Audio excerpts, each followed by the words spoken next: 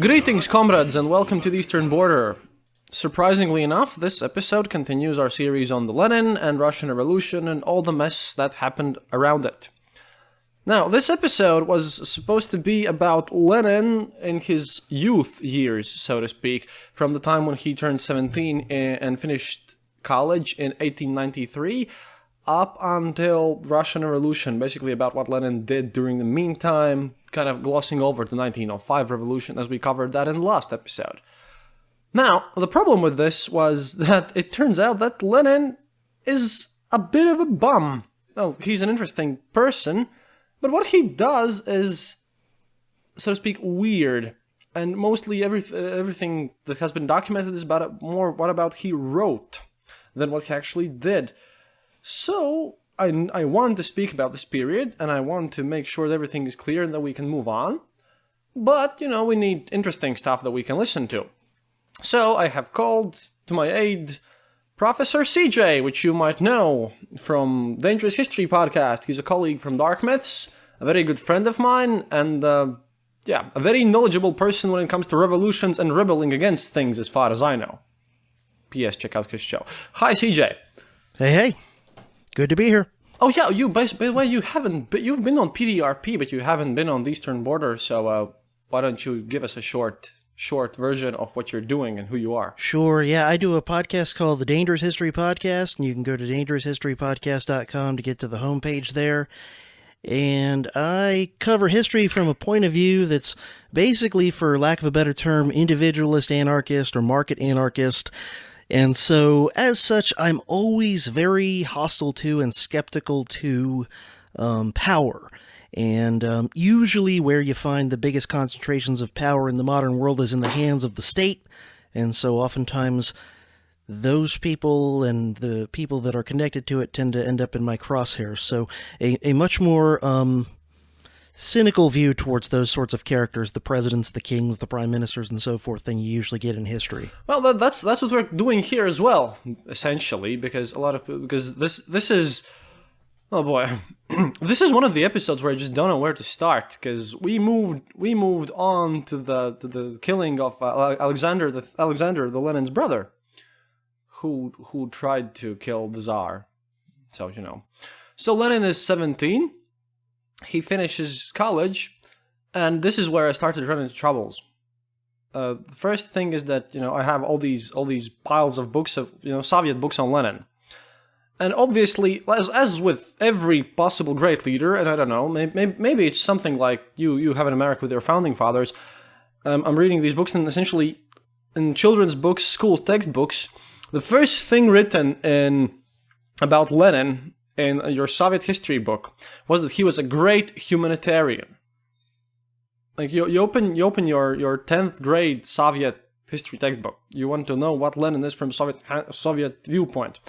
I opened up the part where it started to speak about Lenin, and the first thing was I found out about 3 pages worth of what a great person Lenin was, and how he gave books to children, and what an awesome dude he was, and that he had very high moral characteristics.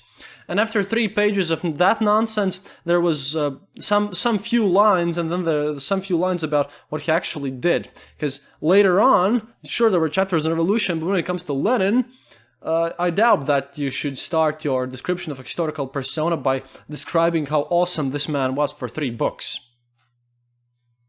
So this is where confusion begins in this episode.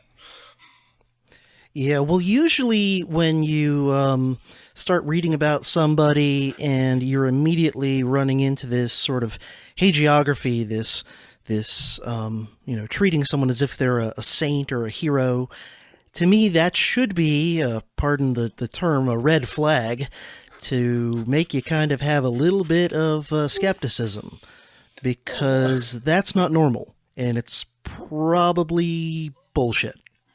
Well, for the most part, also red flag in this episode. Excellent. What we can get from Lenin's eyewitness accounts and everything. See, Lenin starts to basically hang around for a bit after he's finished college, and after this murder of his brother. Well, he calls it murder. It was an execution, which is essentially murder if you think about it. But for a year, he works as an aide to a state lawyer, Nikolai Hardin. But then he just quits the job and moves to St. Petersburg from his near Volga thing.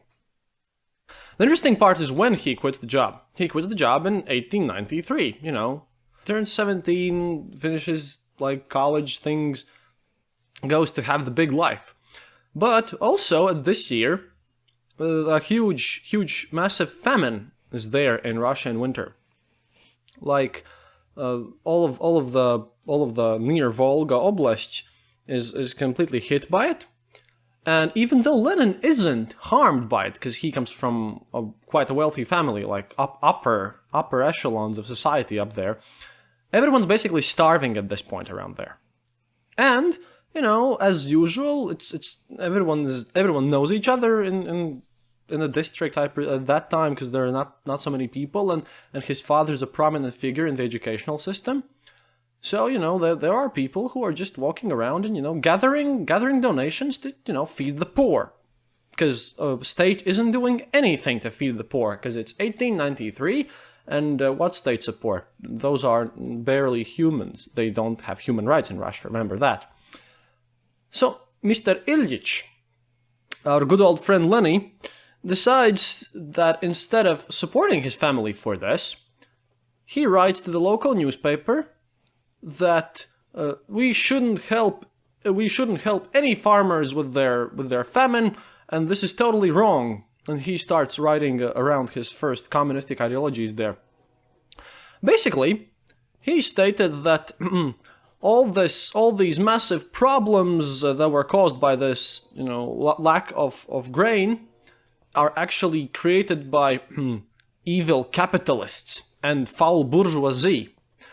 And, but that is good that the peasants are starving and they're very, very desperate, because then they'll be more radical and they'll be more eager to take up arms. Because, quote, only the peasants driven to the utter desperation will be ready for the revolution.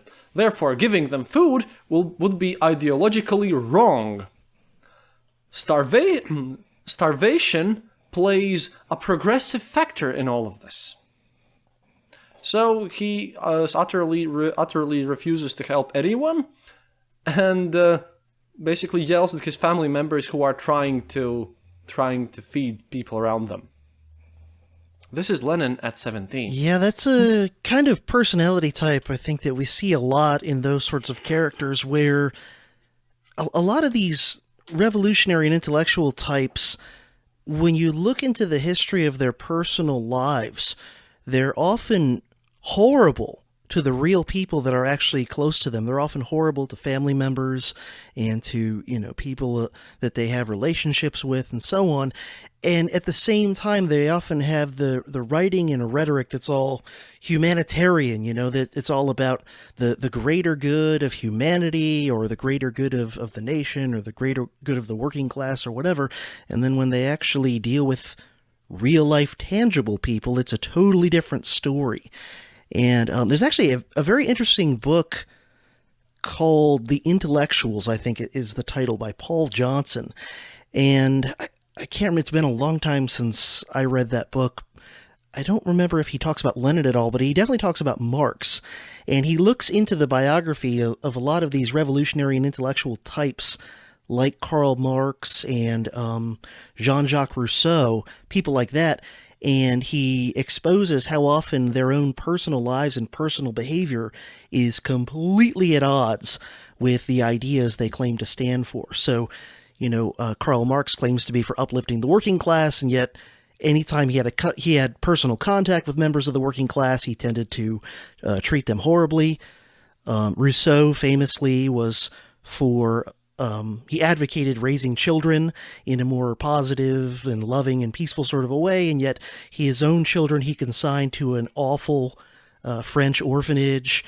He impregnated a poor immigrant woman and treated her like garbage, So, I mean, a lot of these characters are that way. And I think you could also see in the story that you just told, the whole idea of, like, the greater good, the whole idea of you've got to break eggs to make the omelet, So, Yeah, yeah, I mean, people have to starve, but it's for the greater goal of the revolution, so it's all good. but this kind of goes through, I think, and you make a really good point here, because one thing that you can call Lenin many names, but he was definitely completely zealous, and he was a true believer of the cause. Yeah. I mean, and he was a completely fanatical. I mean, only a person this fanatical could do this. And yeah, we had a small discussion before the show, but basically, even more about his fanaticism is evidenced by the fact that he hated giving gifts to people. He hated all the birthdays and everything, because he was just obsessed about doing the work done. But he did give gifts to them, but he thought the best gift to give to anyone whatsoever was a book, with one specific rule, that it was written by Lenin himself. And he was fanatical about giving books. He essentially went out of he often just walked around the street with a bunch of his, bunch of material written by Lenin, and then he used to just give it around to people. Like, hey, you look nice today, have a pamphlet. Or, hey, it's your birthday, Grandma, have a book about socialism and how everything is terrible, and how we should totally cause... He did this, and he became, famous for this. Apparently, he obnoxiously, aggressively gave gifts to for every possible occasion. He gave these books that he had written to everyone. The problem is that I've read his collected works, and the tangent here. I have an academic education. I've gotten my master's degree. The problem is, I'm kind of adept at reading historical texts and all these documents about political philosophy. Problem is, they're terrible books. They are, at least the later Lenin gets in his writing, he gets slightly better. But that's the biggest issue with reading Lenin, is that he's devastatingly boring. He makes sentences that are pages long. He goes into tangents mid-sentence. And his chain of argumentation is nearly impossible to follow. You can do it on short writings, but everyone reads Marx in detail. Like Marx wrote Capital, and you can read Capital, and you can follow the train of thought. You can follow what's going on. You can understand the ideology behind it. But there's a good reason why we only read Marx when studying communistic philosophy at college here, at least in Latvia. I don't know if you had to. But I guess you also should read Marx in humanities abroad. But we never read Lenin, and at one point I started thinking, but why? Why don't we just read Lenin? I mean, he wrote a ton of books, insane amounts of material. In his complete works, there are 25 volumes of them, and each of these books is something you'd expect from Game of Thrones. They're huge books, and when you start reading it, you understand that it's just illogical. It makes no sense. Just as way as I have also read Mein Kampf with commentaries and everything. Just it's a historical document. I want to know what's going on, and that also is a terrible book. Ideologically, he did terrible things, but I don't know. I think it's kind of a tradition. The more power hungry you are, and the crazier your ideas, the worse books you write, I presume. Because I don't know. That's interesting, because. And I've not read much from Lenin other than I probably way back have read, a few excerpts from a few different essays and things from him, translated into English. I think I've read some of his critiques of imperialism and a few other things. And it's long enough ago, I honestly don't remember it very well. But it's interesting that you should say, because I've also read some, I've not read all the way through, but I've read some bits and pieces of Mein Kampf as well. And I definitely remember Mein Kampf being kind of stream of consciousness. It's almost like some guy who's just really high ranting about stuff. But yeah, that's the feel of Lenin as well. I mean, if he would give a speech to a crowd, it would, I guess, convey the emotions and rile up the crowd. But when you read it in a book form, then you're like, okay, when will this... What I find really interesting is that so many on the intellectual left, including a lot of Western academics to this day, and who the hell knows how many of them have actually read Lenin firsthand anyway, but amongst a lot of the intellectual left, and most of the real academic intellectuals, at least in the States, are leftists of some sort, Lenin has this reputation as being this great mind, this brilliant intellectual. And of course, no one thinks of Hitler as a brilliant intellectual. And it's interesting to say that like their writings are sort of comparable in being kind of incoherent and badly written. Why on earth would so much of Western academics consider Lenin this brilliant writer and this brilliant mind? That's an interesting question. Yeah, and this is kind of interesting because I'll get to this later. I found the direct quote about the Lenin's book givings, and this will be amazing. The great leader gave his works to his relatives and acquaintances with a maniacal relentlessness. Yeah, that calls to mind a quote from Winston Churchill, I believe, who said, a fanatic is someone who can't change their mind and won't change the subject. So the person who's pushing their ideas even when it's clearly not appropriate, or when it's clearly not a person who's interested or receptive to them, that's something, I obviously have my own strong beliefs and whatever, but I don't go pushing them on random people who haven't asked for them and aren't at all interested. When I'm talking to my grandma, I don't start ranting to her about anarchism or something, and it seems like these hardcore true believer types, the sorts of people who are willing to do things like employ mass violence for their ideas, they often are that way, where they'll just push their ideas on people who are not even remotely interested, where it's wildly inappropriate.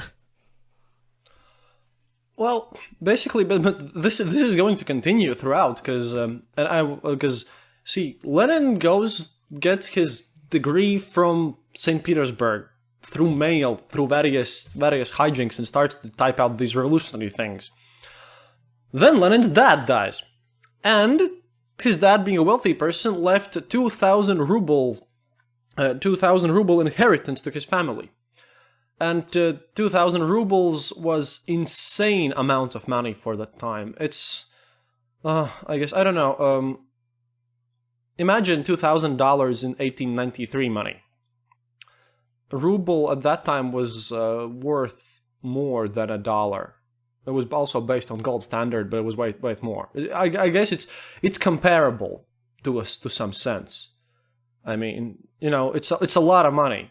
Essentially, for $2,000, for 2,000 rubles in 1893, you can feed your family for years and buy a house, and you're a rich person in that time.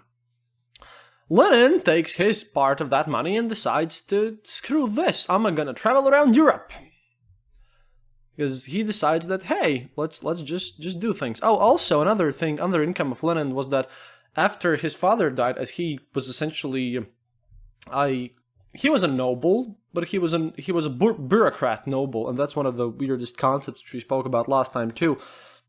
The fact that once you reach a certain rank in bureaucracy, you instantly become a noble. You get the right, you get the right to buy serfs. Awesomeness. So Lenin receives a stipend from the state because his father has died. Together with the rest of his family, but some money for him.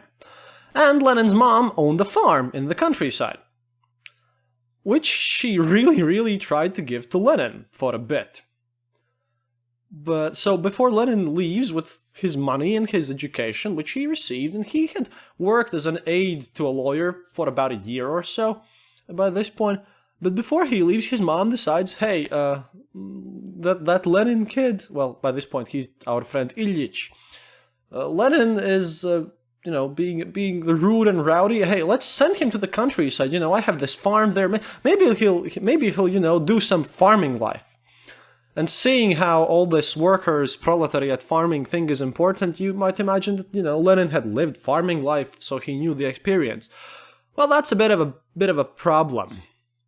See, Lenin really kind of gave it a try, but he didn't know anything about farming. That's first. Secondly, he managed to get really hated by everyone around him because previously he'd been speaking about, letting them all starve, which meant that actually local farmers from the area stole 2 cows from Lenin, and Lenin apparently got into fights over this.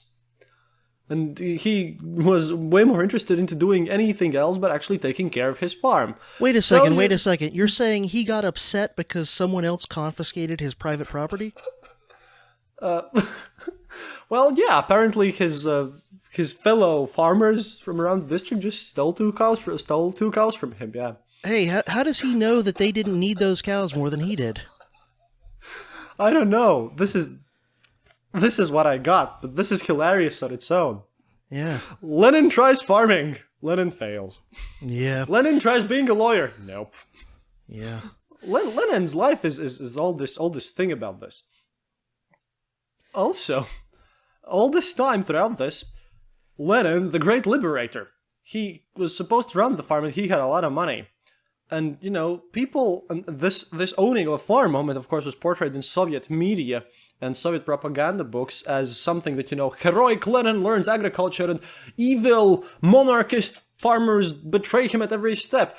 But, actually from documentation, we know that basically he had hired some random servants to work on his property, while during the short time he spent at the farm, he basically got into fights with neighbors, he hunted, and he was a avid mushroom picker. He picked mushrooms in the forest.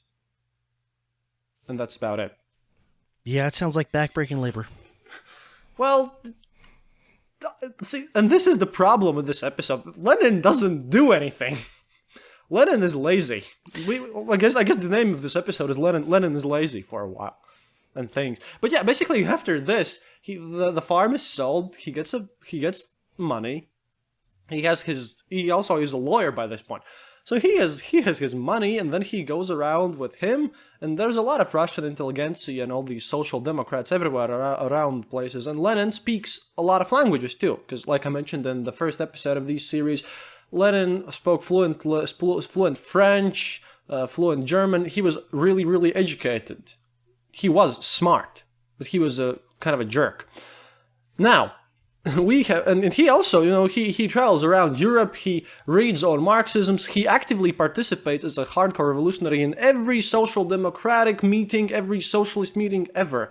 He goes to Switzerland, he goes to France, he just travels around Europe for a bit. And we have, testimonies from these people whom he met, because he goes to every meeting he get his hands on, quite possibly just to hand out more of his books, you see. So, there are testimonies about him, about what Westerners of the time thought about him, and he spent about 10 years there. Then he would later come back, then he would return to Russia, then he would spend more years abroad. But basically, while he spends there, he hangs around Europe and writes more of these completely theoretical and insanely hard to comprehend essays and texts. He just pumps them out nonstop because he is extremely prolific, and I have to give him that. And apparently he creates constant scenes, drama, and fights around the social democratic societies and leftists throughout Europe. He couldn't stand Western leftists.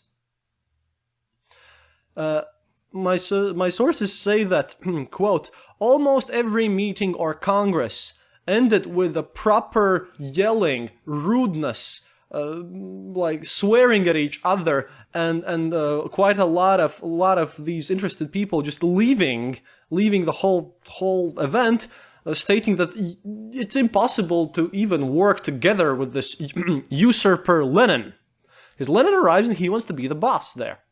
And so the leftists of Western Europe, where he's traveling, just can't stand him, because, yay, he supports our ideas and he's a social democrat, but this guy is such a pain in the ass. Everyone hates him. Lenin himself, although about all of this, writes in his diaries that he's extremely happy about all of this, because the more these people with their wrong communist thoughts leave, the bigger are the chances of Ilyich to become the true leader of socialism. Wow. And another great quote about Lenin and his relationships with his fellow man was created by like this quote: "Well, firstly, his rudeness was repulsive. It was also mixed together with an enormous ego, kind of despicable attitude towards the partner of your conversation, and some sort of high-mindedness and visible condescending towards someone with whom he spoke, especially if someone disagreed with him. In arguments, he wasn't ashamed not only to be rude and vulgar, but even allowed himself to basically do complete ad hominems towards his opponent. Therefore, as far as I remember, Lenin never had close friends. He had his comrades, he had his sycophants who kind of praised him and forgave everything. But yeah, he's this condescending man whom people just can't like personally at all. And one of the shortest and the most interesting and kind of precise, there are these sentences about Lenin. It was given by a poet, Ivan Bunin, during the very first months of the Soviet power, which will come later, but it's still there, it's already there. And Ivan Bunin wrote about this, essentially this, quote, "Soviet Congress, speech of Lenin. Wow, now that's an animal." So it's interesting enough, because I think if Lenin was alive today, he wouldn't like modern-day leftists at all. He would go to the meetings, he would give out the books, and then he would start calling people names and forcing them to leave or something. What I want to know is, I've often heard that Lenin, aside from in academia here, he's often treated as a brilliant thinker. I've often heard things to the effect that he had some sort of charisma. And yet at the same time, as you're describing him, he sounds extremely unlikable. And so, I don't know, can you kind of square that circle of, I'm guessing he must have had some sort of personal charisma. Well, I guess so. He spoke with the masses, apparently. But so he was a good speech giver, but just bad at kind of one-on-one interpersonal relations? Yeah, of course, because he really was. I guess when it came to small groups, he would be really annoying. But if you would look at him from this podium, and you would be in this Russian farmer situation, then yeah, I guess it's I guess it would be like that. The fact that he could influence large crowds, but he was terrible personally. For one, he later had major arguments with Stalin, which often are turned in a lot of history books, often are turned into some argument, especially in the era of de-Stalinization in Soviet history books. He later in his life will have struggles with Stalin, personal struggles about a lot of issues, because weirdly enough, out of all the things, Lenin was not a Russian supremacist. Stalin was, however, even though Stalin was Georgian himself, weirdly enough. Lenin was a true internationalist. He did terrible things, but, he wasn't a nationalist in any way or form. And because of this, they had a lot of fights with Stalin. And later, of course, all of this in the era of de-Stalinization is portrayed as good Lenin fights against rights and does things against evil Stalin, and they have this conflict and everything. But yeah, when you think about it, Stalin even got to power because, which many people might not know, but we'll get to Stalin too. I'm planning going through with this for a long time, you see. Stalin met Lenin when he was still known by his nickname Koba. After he had left his seminary, where he was supposed to be an Orthodox priest, he decided to rob banks. He kinda got a run-in with Lenin and decided to fund this little guy. I mean, hey, it's fun. I'll rob banks and give money to Lenin. And Lenin was happy, because, hey, it's just bourgeoisie who are just being robbed. So yeah, later he got into a bit of a pickle with Koba. So that's another evidence of all of this. Yeah, that's a very interesting point that you bring up, the whole good Lenin, bad Stalin dichotomy, because that's another thing, again, from my perspective here in the States, that you often get from some of the leftist intellectuals, and not I don't mean to say that all the leftist intellectuals and academics over here are actually full on communists. Not all of them are, but from those who are or who are sympathetic to communism, that's what you often get is, even when you can get them to admit that Stalin was a mass murdering bastard and was horrible, they'll always spin it with, oh, but if only Lenin hadn't died when he did, and if only Stalin, like, they want to, because Stalin was so obviously awful, and it's hard even for leftists to deny that, they then want to act like that means that Lenin must have been good. Even if you want to say that by body count Stalin was a bit worse, the fact that Stalin is bad doesn't mean that Lenin was good. Like, what if they're both bad? And even, I gotta say, Epic Rap Battles of History, I don't know, have you ever watched Epic Rap Battles of History on YouTube? Yes, and I have to say Winston Churchill totally beat Teddy Roosevelt, even though I like Teddy. Yeah, well, my favorite one, by the way, is the one that starts off as Spielberg versus Hitchcock, and then all the other movie directors jump in. But anyway, one of the ones that I thought was pretty good was they did one, it's listed as, I think, Rasputin versus Stalin. And actually what ends up happening is that as it goes on, if you've not seen this one, I'm sure you'd get a kick out of it. It starts off as Stalin versus Rasputin, I think. And I know what you're talking about. It starts as Macedonian Alexander versus Ivan the Fourth, and then it escalates through mass murders, I presume, and gets to something. No. The one I'm talking about, I think it just starts with Stalin versus Rasputin, and then Lenin jumps in, and then Gorbachev, and then Putin. And I might be messing up the order that they jump in, but what's really interesting, and it's a very, very funny epic rap battles, but what's really interesting is, even in that, they kind of portray Lenin as the good guy, and they have Lenin saying something along the lines of like, damn it, Stalin, I had this awesome revolution going, and then you hijacked it and ruined it. So even Epic Rap Battles of History, of all places, is susceptible to this myth of bad Stalin, good Lenin. Well, I don't know. I don't know how good Lenin was, because he was, by this point in history, he was, the peasant situation in Russia is getting worse and worse. They have less and less rights. And he's trying to lead these Bolsheviks throughout, after he's gone through Western Europe, he's gotten quite a lot of acquaintances, well, those who stuck around after he kicked out everyone else, and so he's managed to wiggle his way and start all this Bolshevism by this point, which at this point has been called Socially Democratic Party, but that's beside the point.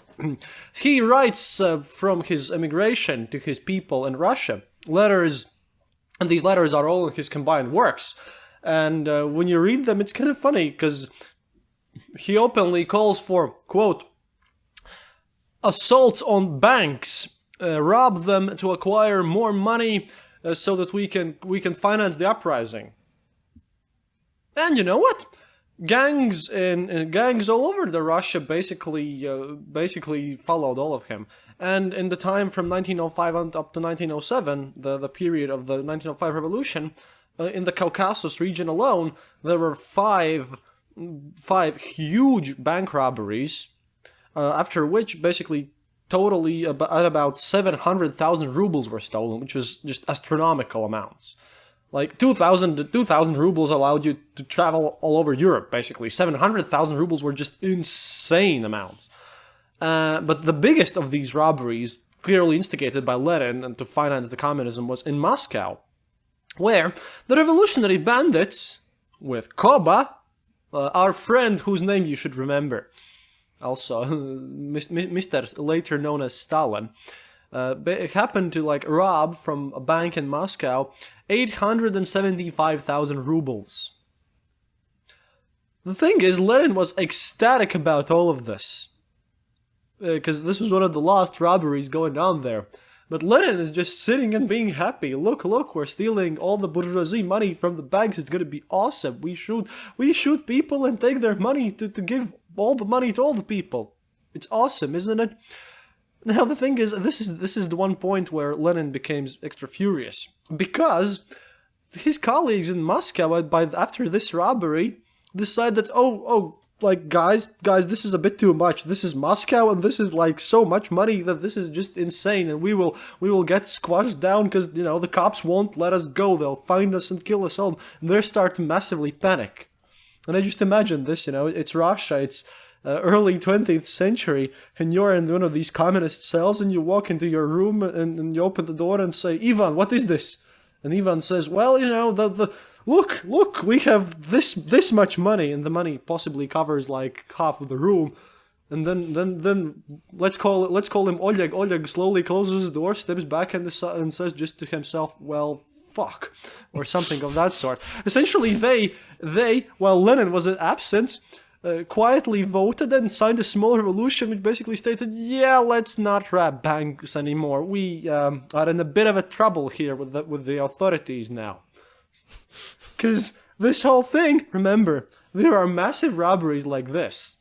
And at the same time, they are supposed to be covert and preparing for the real attention. Because, yeah, all these financing issues are alone just a crazy thing.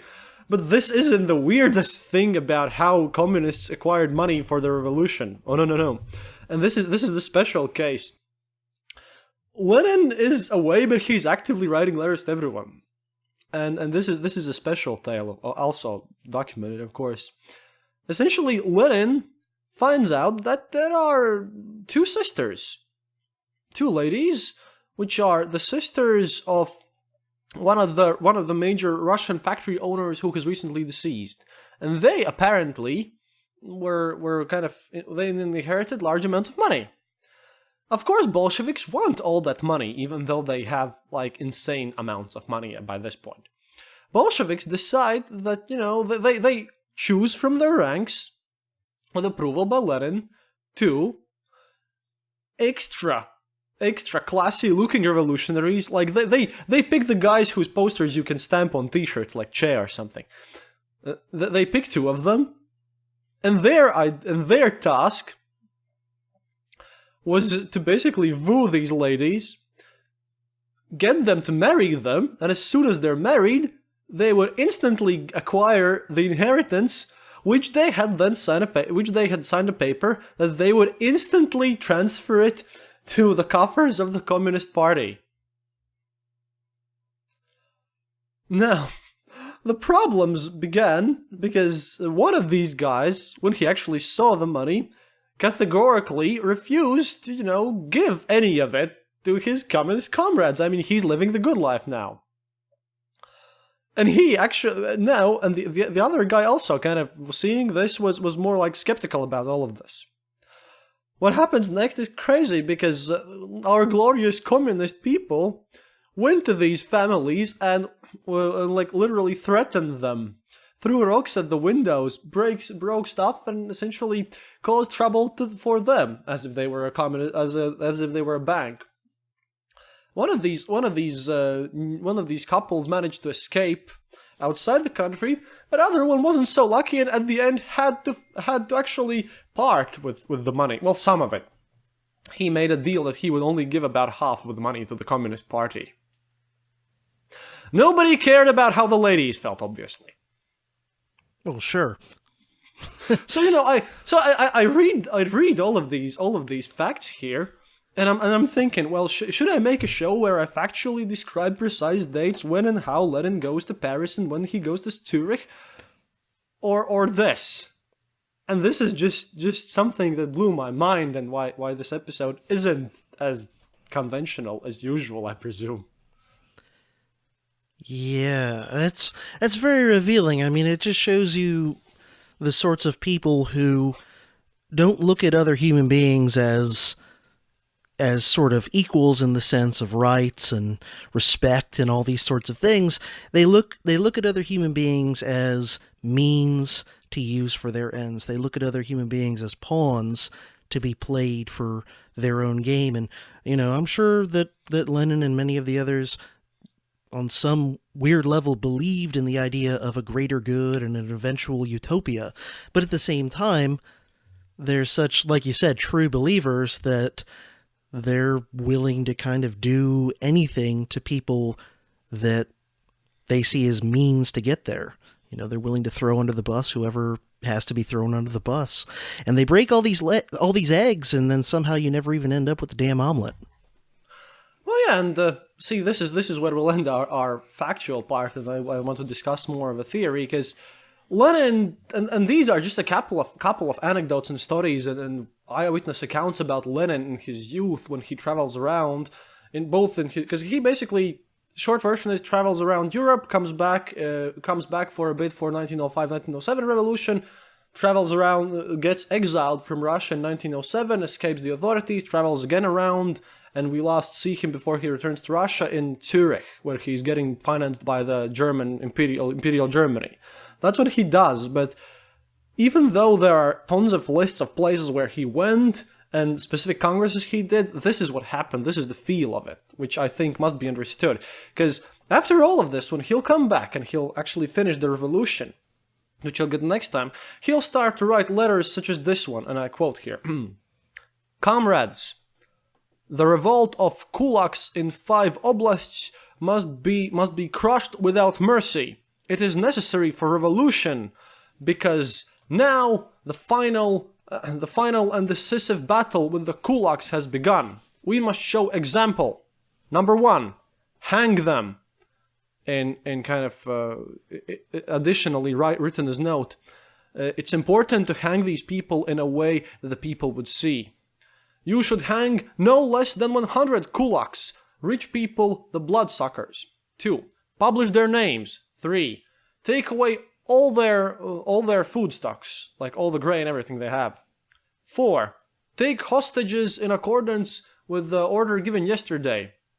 Do it in such a way so that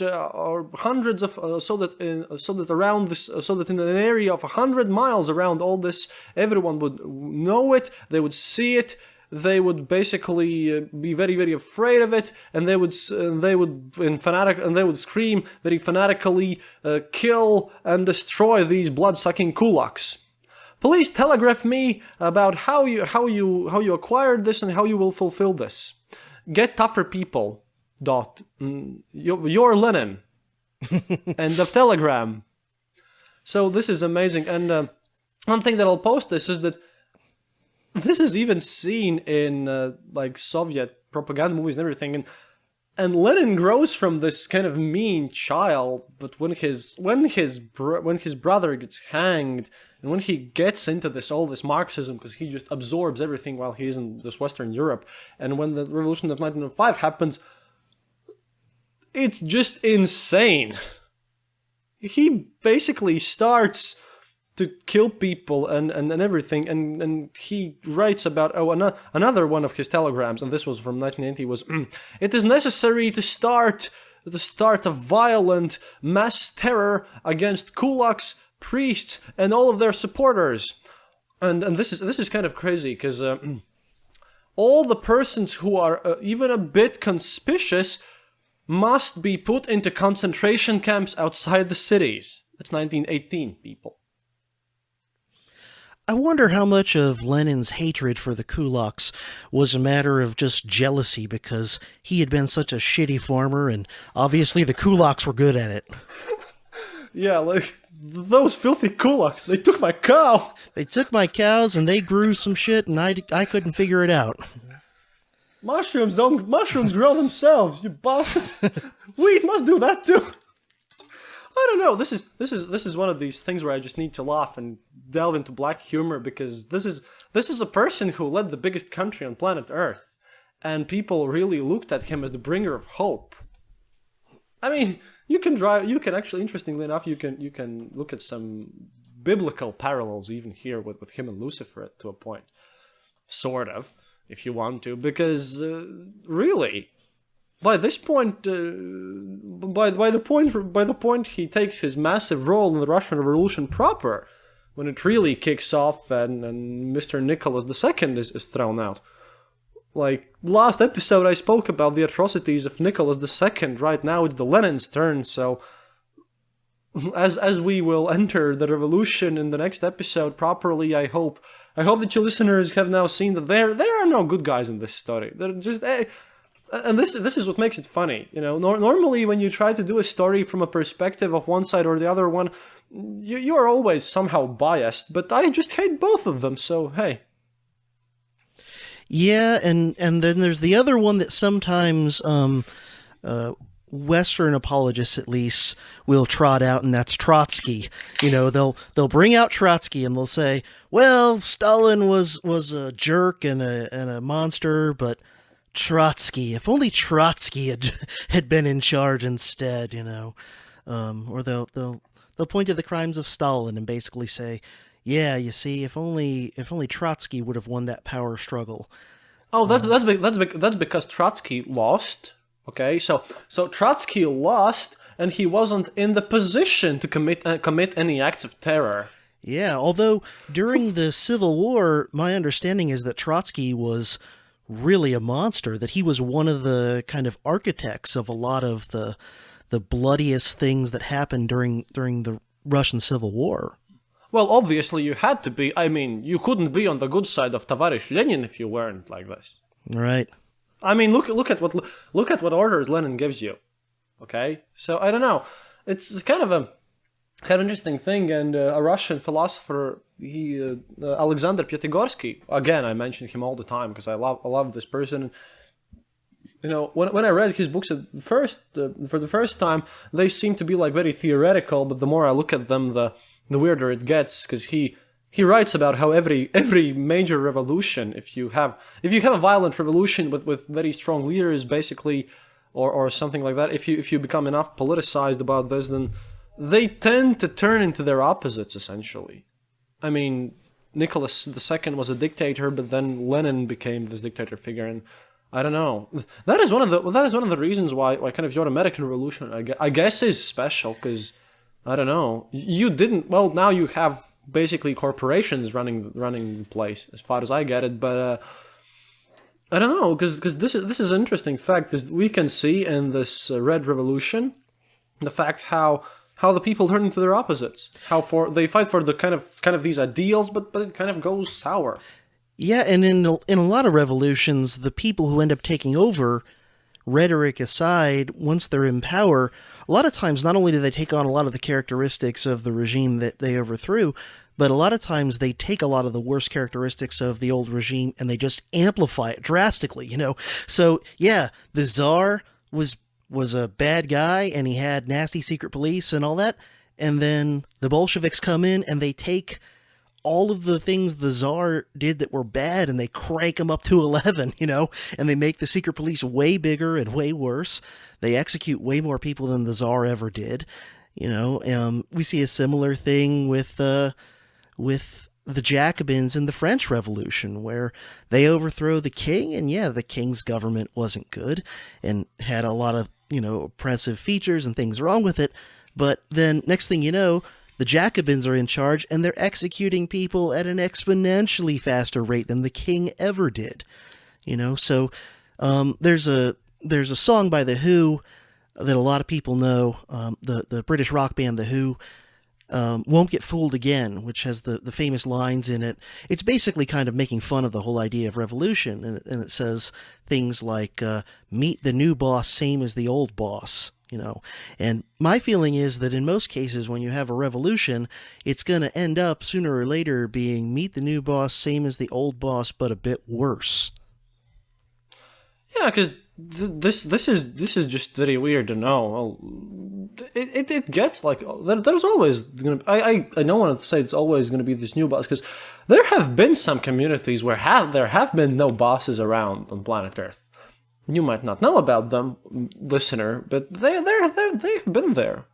I don't know. What was this very strange republic in Italy which people surprised you with? Oh yeah, I had to Google too. Yeah, that was one that I had never heard of before, and I started looking some stuff up about it, and based on what I found, it looked very intriguing. It was, let me see here, the Republic of Cospeia. It was in Italy, and it was this little area that ended up not belonging to any state just because of accidents of history. There had been a treaty worked out between the Papal States and one of the other. This is back when Italy wasn't united, when it was a bunch of separate little countries. And just by getting left out of a treaty somewhere, this little place called Cospeo was a little stateless society. They didn't really have a government. They kind of had like almost like a local city council sort of a thing, but it wasn't really a state. And they seem to have done pretty well for, I think, a few centuries. So, there have been examples in history of people doing okay without rulers. I mean, when I get up in the morning, I pretty much, take care of my family and go to work and do what I need to do and pay the bills. And I do it all without a president or a prime minister or a general secretary or any of those things telling me what to do. And, I don't really need them to take my money to bomb people I've never met either. They just threaten me with prison if I don't pay, so I generally fork it over. Oh wow! Talking about bombs, this is one of the other, because I went through Lenin's articles and I wrote just interesting scripts from this, and one of the quotes of Lenin is that, well, I look with horror in my eyes, truly with horror in my eyes, that people speak about bombs already for half a year, but they haven't made anyone yet, and no one has been blown up. Work harder, comrades. End quote. Yeah. And yeah, he basically has a bunch of quotes. Lenin, while things are going on in the early 1905, while he's still not there, Lenin instructed the people to throw their political enemies from the rooftops. Some people should be stoned to death. Policemen should be boiling water should be poured over their heads. And if you can get some sulfuric acid, you should throw that in their faces too. Nice. That's exactly the kind of thing a great humanitarian who's building a just and loving utopia would do. I mean, this is... But I really like the Bob... It's like... I cannot imagine what kind of a person you have to be to write a political letter to your followers, and you're building this workers' paradise where you are angry at them for their laziness that they haven't committed any acts of terrorism yet. They need to build more bombs. Yeah. I don't know. This sounds more like someone. I don't know. This looks like a parody, really. All of these things look like a parody these days. I mean, you can imagine South Park putting the letters of Lenin into some, I don't know, ISIS bureaucrats. ISIS top-tier bureaucrats sending letters to their lackeys with these texts, and you would laugh at this because it would be on South Park. Yeah. But this happened. Or Team America: World Police. There's that scene where the guy goes undercover and he goes into a terrorist bar, and it looks like, almost like the bar from Star Wars, but it's full of terrorists. And he goes in and he's like, "Hey, my name's Ahmed, and I'm a terrorist. Anyone in here looking to blow some stuff up? Because I really want to do some terrorism." I mean, it's just like so outlandish. It does sound made up. In 1917, at one point in his life, in 1917 or early 1918, I don't have a precise date, but apparently Lenin had been nominated to Nobel Peace Prize for the triumph of the ideas of peace, because he had stopped, because he had kind of taken Russia out of World War One. Yeah, never mind why and what he then did internally in the country. Now, there's also Nobel Peace Prize. This is a personal rant here. Nobel Peace Prize means way less than any other Nobel Prize. Nobel Prize in chemistry or other sciences, in my mind, is just way more valuable, because those are decided by a scientific committee. Nobel Peace Prize is a random thing awarded from a different institution around there. It's kind of weird. Nobel Peace Prize has been given to the weirdest people for the weirdest reasons, for even promises of things. And the biggest problem with the Nobel Prize is that you have to be alive to get it. So you can't get Nobel Peace Prize after, a lifetime of achievement. You have to give it to someone who's doing it right now. Yeah. And that just turns weird. I mean, Obama Obama got Nobel Peace Prize, and even though I have quite a lot of good things to speak about President Obama as well, I do have to mention that he's so far a president who has been at war for a whole 8 years of his term. Yeah. Him getting the Nobel Peace Prize, I mean, it's not quite as Orwellian as Lenin getting it, but it's in that... Lenin was just nominated yeah. at the last moment. Someone sane actually looked at this paper and was like, "What the hell are you doing, guys?" Okay, well, yeah, when Obama got it, first off, when Obama got the Nobel Peace Prize, I think he had been president for like 3 months, you know? He had just barely been sworn in, and they gave it to him. And they gave it to him basically based on he gave some nice-sounding speeches. He had done nothing concrete to really bring about better world peace or anything. And then also, if I remember correctly, while he was giving his Nobel Peace Prize acceptance speech, I believe a drone strike ordered by him blew up a wedding party or something in, one of the places where American drones blow people up, either Pakistan or Yemen or one of these places. So, as the guy is accepting the Peace Prize, he's sending a flying robot to blow up people, most of whom were probably just, unfortunate innocent bystanders. So, I mean, you can't make this stuff up. One of the weird themes of all these series and shows that not I don't know, people have to be more subtle about their ways, I think, in all ways of life than back then, but it's kind of weird.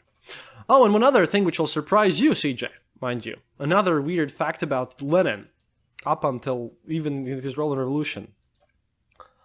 You'll be surprised to know that in 1917, most Russian communists didn't even know Lenin existed. Even during the Civil War, when Lenin was the head of the Soviet government, most of the Soviet communists around didn't even know who he was. He was the dude who wrote to his circle, who gave some speeches, but he never made it that big. He got big after this era, in the next few years, in the intermediate period between wars, when massive propaganda machines started working. And there's a simple reason for this.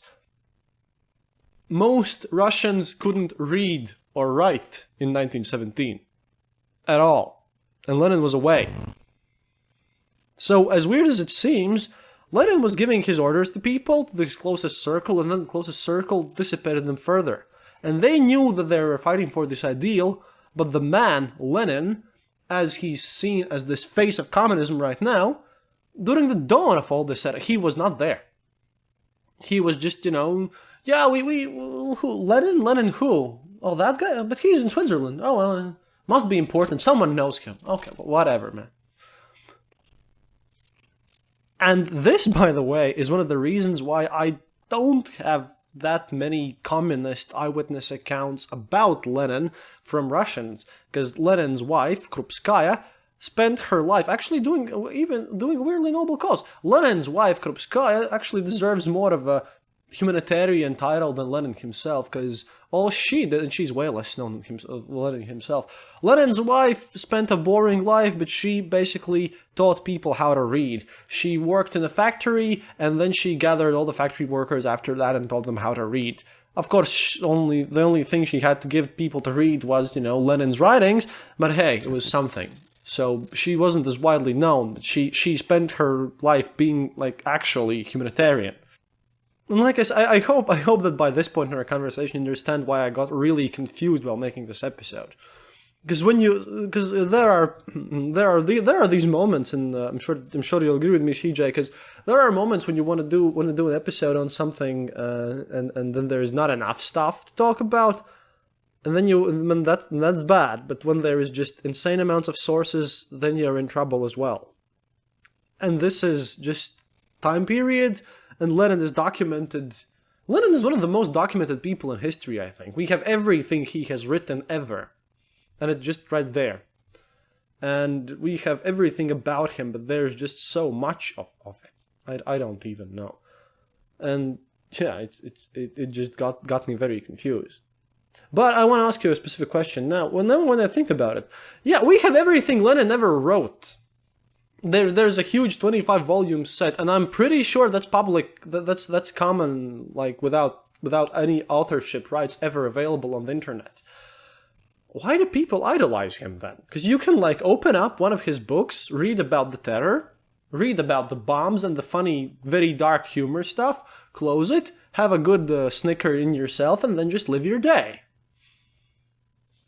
What? Do these people have not read him or something? Yeah, I mean, I would suspect. I'm the first to admit I've not read very much by Lenin, but I'm. Oh, you shouldn't. He's a terrible writer. I'm also what seems to be a rare sort of person in that I readily admit when I've not read something or not read somebody. And it seems like there's a lot of people walking around, and I, can primarily speak for the States. I don't know if it's different elsewhere, but in America, there's a lot of people walking around, some of whom have impressive-looking degrees and credentials, and some of whom are just kind of random average people, who have very strong opinions about, books that they've never read. People who've got really strong opinions about the Bible who've never actually read the thing. People who've got really strong opinions about Karl Marx who've never actually read anything by Karl Marx. People who've got really strong opinions about Charles Darwin who've never read anything by Charles Darwin, and so on and so on. I mean, almost any, big author or big book you can think of, there's a crap ton of people walking around who have really strong opinions on it who have not even read one page of that book. So, I think that's just a general problem with people overall, that people would rather pretend to know something that they don't know than simply admit that, oh, I've not read that, or I've never researched that, or whatever. And so I think a lot of the people who are walking around thinking that Lenin's a great guy and whatever, have probably read little or nothing that he actually said, that he actually wrote. Well, yeah, I've noticed this situation, and especially, and I've also noticed that a lot of these people who pretend to be these extra specialists are usually very pretentious about what they have read. They're the kind of, there was in the Soviet era, books were really cheap, and there was this similar category of people, because you had to show your status around, and you had, no one had any wealth to flaunt, so you had to show that you were, really, really smart. So people just tended to buy all sorts of books because they were cheap and you looked smarter, and the people just bought books in these huge volumes, and the only way how I obtained these Lenin's combined works is, Lenin was a different thing. You basically bought all the books from Lenin, put them in your shelf, never read them. If the nice men from KGB came to your apartment, they saw, oh well, you have Lenin's combined works there. Well, you must be a communist. You would live in peace. But at the same time, a lot of people have a bunch of classics and all sorts of books in their shelves which they just buy for show. And that's kind of weird for me. But hey, that's how I got my Soviet library. And I do have to admit, by this point, I am well versed in history, especially Soviet history, philosophy, and journalism, some political events. I don't think I have much knowledge in anything else. Yeah, well... Oh no, I can fix my plumbing. Well, that's good. At least some of the knowledge is useful.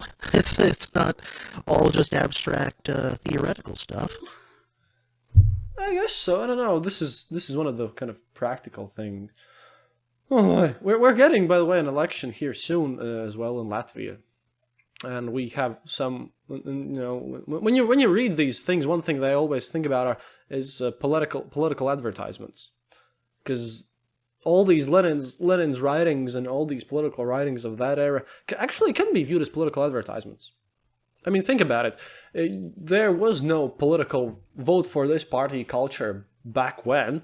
People just wrote letters to newspapers for a certain cause. I mean, we have a bunch of interesting, weird sets of letters to newspapers and books published about this. This is some sort of political advertising. I think so. I at least treated that way. Because I thought about how political advertisement was born. So, yeah, well, it's designed to kind of influence public perceptions and guide what the masses will support. So, makes sense. Well, yeah.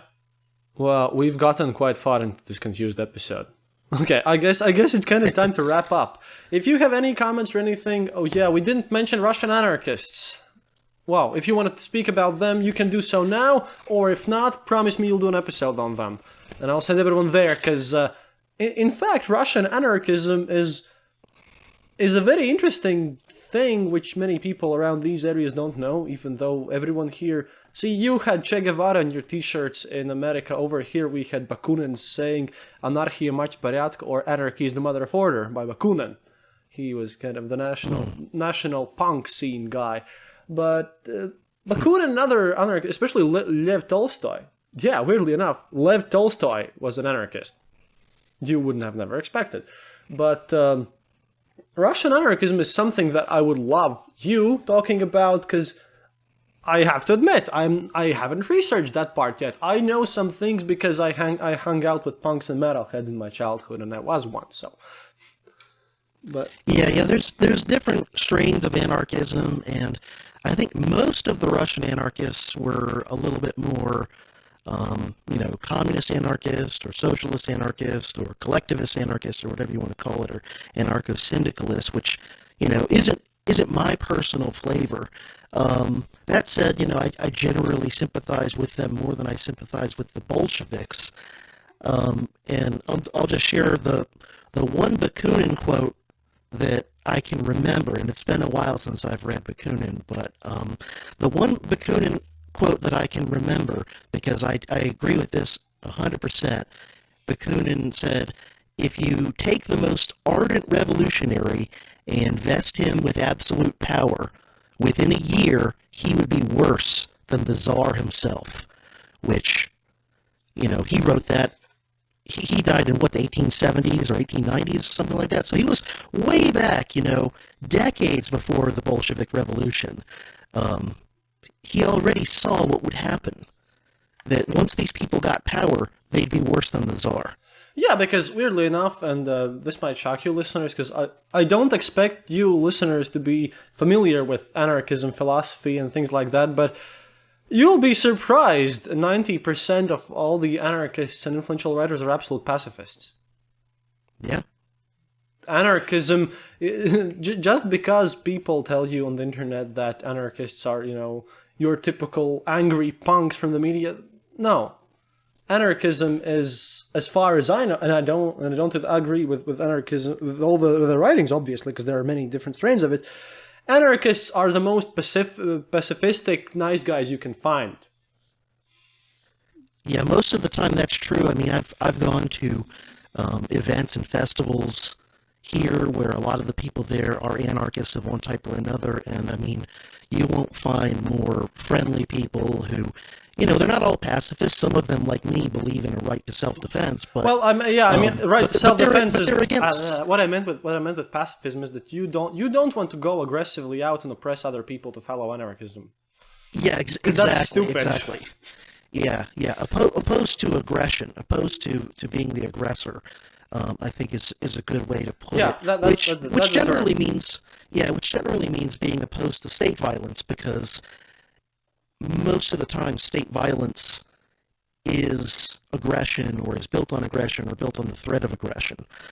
The only, I guess, maybe you could say, sort of state violence that isn't built on aggression is if another state is invading a state and the state is fighting a truly defensive war. I suppose you could argue that is defensive, but there's really not much else the state does that isn't built on one level or another on aggression. So, but anyway, yeah, I mean, the people who grab all the attention are the self-proclaimed anarchists who are, the jackasses out in the street, lighting small businesses on fire and beating up innocent people in riots and what have you. And, to think that those people represent most anarchists is completely not true. And in fact, probably most of the ski mask wearing jackasses, if you sat them down and asked them to explain the philosophies of anarchism, you would get nothing, or at least get nothing that made any damn sense. Yeah, I guess, because I don't know. My problem with this is, and we're getting into long this here, but what I think is that people sometimes tend to care too much about what other people think or do with themselves in their private lives. That's where the problem starts. When you are not just happy about how you live your day, but you need to poke that other person and tell him, you're doing it wrong.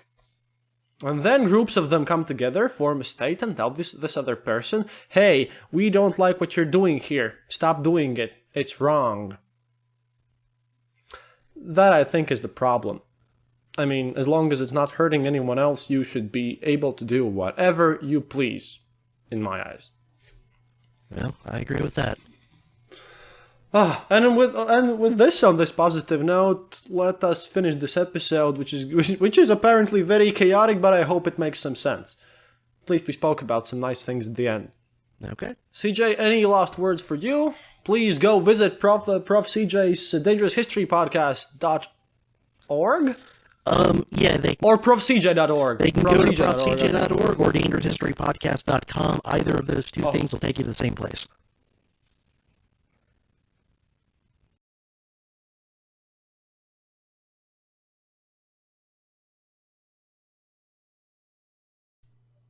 This podcast is part of the Dark Myths Collective. Visit darkmyths.org for more shows like this one. The darkness awaits. Thank you for listening to The Eastern Border. If you have any comments or specific details you'd like to know, you're welcome to leave it in the comment section on our site, theeasternborder.lv, and we'll rummage even to the western border to find you an answer. Like this podcast, subscribe to us on iTunes, Stitcher, or on our RSS feed. Happiness is mandatory. Good reviews and donations feed the farmers of our kolkhozs in the great motherland. The Eastern Border salutes you.